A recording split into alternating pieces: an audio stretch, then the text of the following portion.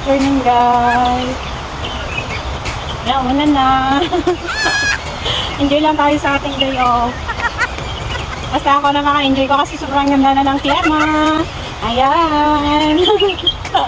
Enjoy lang tayo sa buhay. Kasi ganyan ang buhay.